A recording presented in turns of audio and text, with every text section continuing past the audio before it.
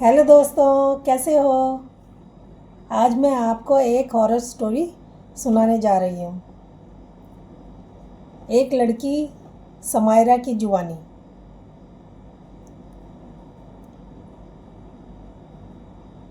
बात बहुत समय पहले 2008 की है। मैं नर्स का कोर्स कर रही थी। मेरी नर्सिंग का कोर्स समाप्त होते ही मुझे एक बुढ़ी आंटी होती है, उनके घर में उनकी देखभाल के लिए भेज दिया जाता है।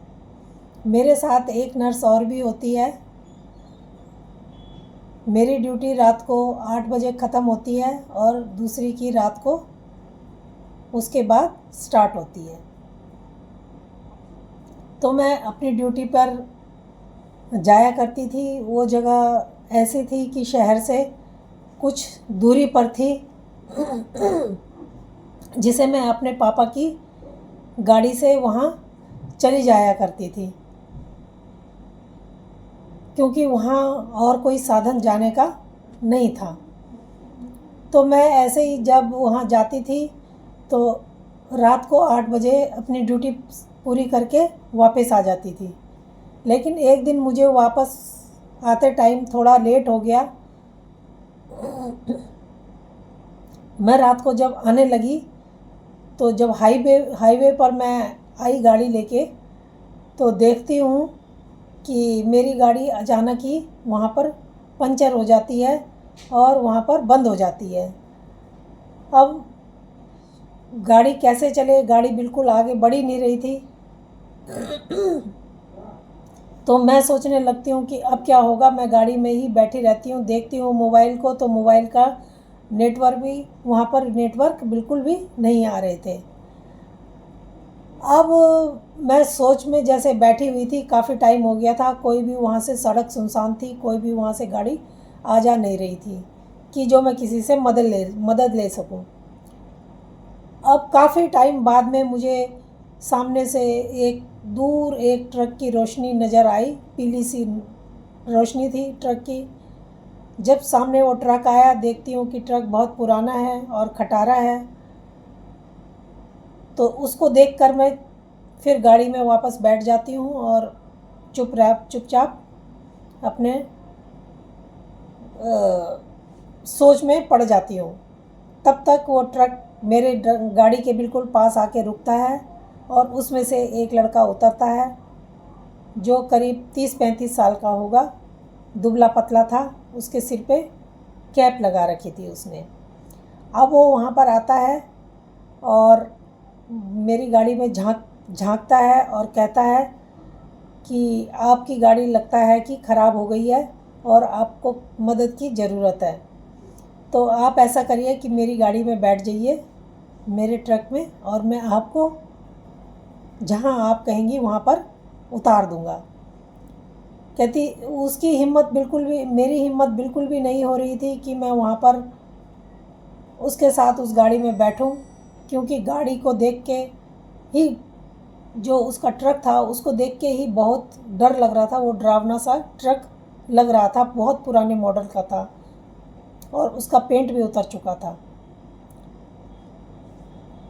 फिर वो कहता है कि यहाँ पर काफ़ी टाइम तक कोई सवारी नहीं आएगी, तो आप यहाँ पर परेशान हो जाओगी और ये जगह भी सुनसान है, ख़तरनाक है, इसलिए तुम मेरी ट्रक में आके बैठ जाओ, जहाँ तुम कहोगे मैं वहाँ पर उतार दूँगा। अब मैं जाती, क्या करती हूँ, मैं सोचने लगती हूँ कि अब मैं क्या करूँ। बोल तो ये ठीक रहा है। मैं उसके ट्रक में बैठ जाती हूँ। जब मैं उसके ट्रक में बैठती हूँ तो देखती हूँ कि ट्रक में पीछे थोड़ी देर बाद में एक लाश पड़ी हुई है, जिसका गला कटा हुआ है। मैं देखकर एकदम से डर जाती हूँ, पर अब करती तो क्या करती। मैं चुपचाप बैठी रहती हूँ। उसने देख लिया था मुझे कि मैंने वो लाश को देख लिया है। पहले वो चुपचाप बैठा था, बाद में मुझे बोलता है कि सड़क बहुत सुनसान है, और मेरा नाम लेके बोलता है कि समायरा, जो तुमने देखा वो किसी को बताना नहीं। मैं कहती हूँ, मैं डरी डरी आवाज़ में कहती हूँ कि नहीं नहीं, मैंने क्या देखा, मैंने कुछ नहीं देखा। वो कहता है नहीं, तुमने जो पीछे लाश कटी हुई रखी हुई है वो तुमने देख ली है। अब मैं बहुत डर जाती हूँ। फिर वो मेरे को बोल के चुप हो जाता है और अपना ट्रक चलाने लगता है। मैं बोलती हूँ उसको कि तुम मुझे यहाँ पर उतार दो।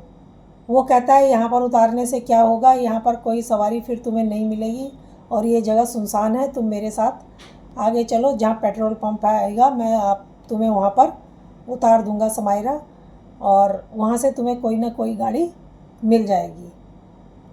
अब ऐसा ही होता है, वह आगे जाके एक पेट्रोल पंप आता है और वो मेरे को वहाँ पर उतार देता है।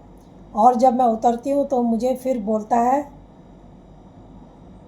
समायरा याद है ना जो मैंने कहा था, किसी को वो बात बताओगे तो नहीं? तो मैं एकदम से डर जाती हूँ और मैं कहती हूँ हाँ नहीं बताऊँगी।